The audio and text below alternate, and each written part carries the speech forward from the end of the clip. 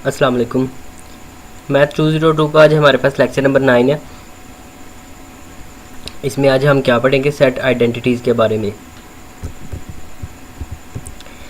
सबसे पहले हमारे पास क्या है कि let A B C be the subset of a universal set U. किसी यूनिवर्सल सेट यू के अगर आपके पास ये सब सेट हों, आइडेम्पोटेंट लॉ क्या होता है कि आप किसी चीज़ का यूनियन लें या इंटरसेक्शन लें और वही आपको रिटर्न में आंसर है, उसे आइडेंटिटी या आइडेम्पोटेंट आप कह सकते हैं। ठीक है। उसके बाद कम्यूटेटिव लॉ में क्या होता है कि ए यूनियन बी बराबर होता है बी यूनियन ए के, और इसी तरह ओवर इंटरसेक्शन अगर आप कम्यूटेटिव लॉ अगर अप्लाई करें तब भी वो आपस में बराबर आते हैं, सिर्फ सेंटर में साइन इंटरसेक्शन का आता है। एसोसिएटिव में क्या होता है कि वही केस है, सिर्फ 3 रकमें आ जाती हैं। एक बार ये ब्रेसिस के अंदर है, एक बार ये बाहर होगी, फिर दूसरी पहली यानी पहले वाली 2 ब्रेसिस के अंदर होंगी। इसी तरह डिस्ट्रीब्यूटिव में क्या है कि सिर्फ और सिर्फ डिस्ट्रीब्यूशन हो जाती है। ये चीज़ एक अलग कर देंगे और बाद में ये इंटरसेक्शन है और फिर यही आपके पास इस चीज़ के साथ डिस्ट्रीब्यूट हो जाएगा। ये लेफ़्ट डिस्ट्रीब्यूटिव लॉ है। इसी तरह राइट डिस्ट्रीब्यूटिव लॉ भी होता है। ये राइट डिस्ट्रीब्यूटिव लॉ है, इसी तरह लेफ़्ट डिस्ट्रीब्यूशन लॉ, यानी ये 2 किस्म के लॉ होते हैं, एक लेफ़्ट डिस्ट्रीब्यूशन और एक राइट डिस्ट्रीब्यूशन। उसके बाद है डिस्ट्रीब्यूटिव लॉ। अब यहाँ पे हमारे पास ये आ गया। ठीक है। उसके बाद हमारे पास है आइडेंटिटी। आइडेंटिटी क्या होता है कि मैंने पहले बताया कि जो चीज़ आप किसी भी चीज़ के साथ मल्टीप्लाई करते हैं, मल्टीप्लिकेशन के केस में, एडिशन के केस में भी होता है। इसी तरह यूनियन के केस में क्या है कि ए का यूनियन लेकर फाई के साथ तब भी ये आएगा, इंटरसेक्शन लेंगे तब भी फाई आएगा, और यूनियन ए का यू के साथ करेंगे तो यू आएगा, और ए इंटरसेक्शन यू करेंगे तब वो ए आएगा। चूँकि ए और यू के अरकान में सिर्फ एक ही अरकान कॉमन है, इसलिए कंप्लीमेंट में क्या होता है कि जिस चीज़ का हमने कंप्लीमेंट लेना होता है उसे हम यू में से निकाल देते हैं। ए का कंप्लीमेंट लेंगे यू माइनस ए होगा, उसके बाद ए का यूनियन यू के साथ लेंगे तो वो यू आएगा आपके पास।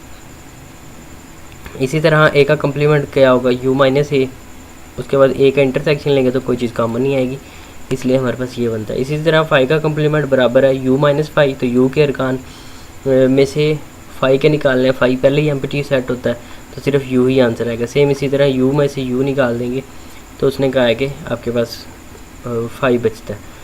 उसके बाद है double complement law. Double complement में क्या होता है कि ए का कंप्लीमेंट ए ही होता है। चूँकि जब ए का कंप्लीमेंट लेंगे यू माइनस ए, फिर उसका कंप्लीमेंट लेंगे, वो फिर आपके पास वही चीज़ आप दोबारा उसमें से निकालेंगे तो आपके पास यही बचेगा।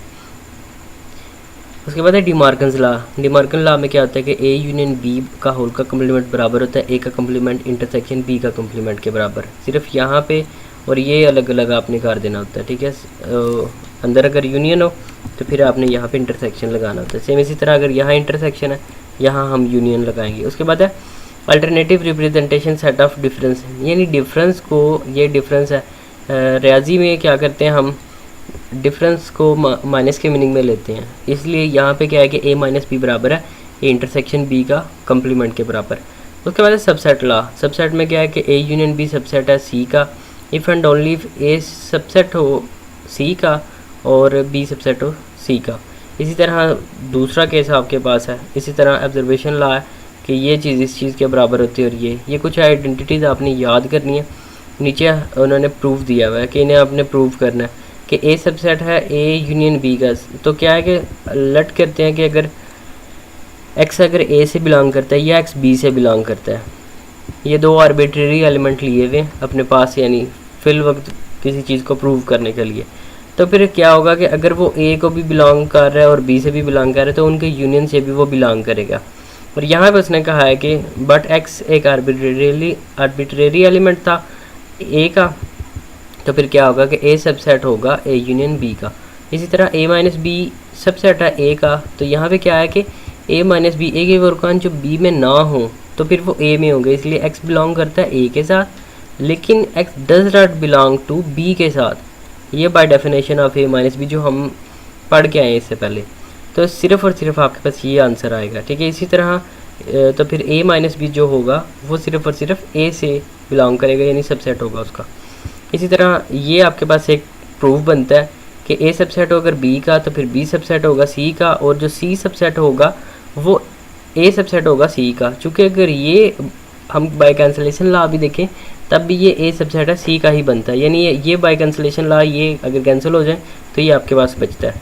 तो यही उसने प्रूव किया हुआ कि अगर एक्स बी से बिलोंग करे और एक्स सी से बिलोंग करे तब वो आपके पास बनता है ए सबसेट ओ बी का। इसी तरह यहाँ पे कम्प्लीमेंट आया, इसलिए उसने कहा कि वो अगर इनसे बिलोंग नहीं करता तो u माइनस बी जब आप लेंगे तो वो इससे बिलोंग नहीं करेगा, वो u आएगा आपके पास। इसी तरह u माइनस ए जब आप करेंगे तो वो u आएगा, a नहीं आएगा, इसलिए इन दोनों को डज नॉट बिलोंग। और बाद में फिर यहाँ पे उसने कहा कि चूँकि a सबसेट है b का तो फिर b कम्प्लीमेंट सबसेट होगा a कम्प्लीमेंट का, लिहाजा उसने कहा कि ये चीज़, और सपोज करें कि अगर ये चीज़ इस चीज़ के बराबर नहीं है तो फिर ये किसी खाली नंबर के बराबर होंगे, और वहाँ से फिर हम इसे प्रूव कर सकते हैं। उसके बाद उसने कहा है कि a and b B the subset of a universal set, तो फिर आपने a माइनस बी बराबर प्रूव करना है कि a इंटरसेक्शन b के कम्प्लीमेंट के बराबर होता है। अब कम्प्लीमेंट आ गया, तो अब यहाँ पे क्या है कि हमने प्रूव करना है, इसलिए हम क्या करेंगे, लेट करते हैं कि x बराबर है a माइनस बी के। अब हम क्या करेंगे कि अगर x बिलोंग करे a के साथ लेकिन b के साथ ना बिलोंग करे, ठीक है, तो फिर b के साथ अगर हम नहीं बिलोंग करता, तो चूँकि हमने प्रूव करना है, अगर b के साथ नहीं बिलोंग कर रहा तो फिर b के कम्प्लीमेंट के साथ बिलोंग करेगा। अगर b के कम्प्लीमेंट के साथ बिलोंग कर रहा है तो फिर हम उसमें इंटरसेक्शन लगा सकते हैं, और यहाँ पे फिर हमारे पास ये प्रूव हो जाता है। इसी तरह उसने कन्वर्सली प्रूव किया हुआ है कि वो अगर b कम्प्लीमेंट से नहीं के बराबर है तो फिर b के बराबर नहीं होगा, और इसी तरह दोबारा पहली चीज़ को उसने प्रूव कर दी है लेकिन दूसरे तरीके के साथ, उसका अल्टरनेट प्रूव उसने किया हुआ है। प्रूव द डिमॉर्गन्स लॉ, इस डिमॉर्गन लॉ को उसने कहा है कि प्रूव करें कि ये चीज़ इस चीज़ के बराबर होता है। अब यहाँ पे उसने क्या कहा है कि डेफिनेशन ऑफ कम्प्लीमेंट में उसने कहा है कि x बिलोंग नहीं करता a यूनियन b के साथ। यहाँ पे कम्प्लीमेंट है तो यहाँ पे उसने कहा है कि सिर्फ जिनकी अंदर वाली चीज़ है वो चीज़ के बराबर नहीं है, तो फिर ना वो x a के बिलोंग करेगा और ना ही x जो है वो b से बिलोंग करेगा by De Morgan's law of logic. अब फिर क्या है कि अगर इनसे बिलोंग नहीं करता तो फिर किन से बिलोंग करेगा, वो इनके कम्प्लीमेंट से बिलोंग करेगा, ठीक है। अगर इनके कम्प्लीमेंट से बिलोंग करते तो फिर इनके इंटरसेक्शन से भी बिलोंग करेगा। यहाँ पे उसने कहा था कि x जो है वो एक आर्बिट्रेरी एलिमेंट था, लिहाजा क्या है कि इसका होल का कम्प्लीमेंट जो है वो इस चीज़ का सबसेट होगा। बाद में सिर्फ और सिर्फ इसी चीज़ को कन्वर्सली प्रूव किया गया, वो उसने y के इक्वल सपोज किया और वही चीज़ प्रूव की है। इसी तरह यहाँ पे क्या है कि a intersection into B intersection c बराबर है a intersection b intersection c के बराबर। अब उसने क्या किया है कि लेट करते हैं कि जी कंसिडर करते हैं कि x बिलोंग टू a और x बिलोंग टू b और x बिलोंग टू अगर c के हो, ठीक है, तो यहाँ पे ये दिया हुआ है।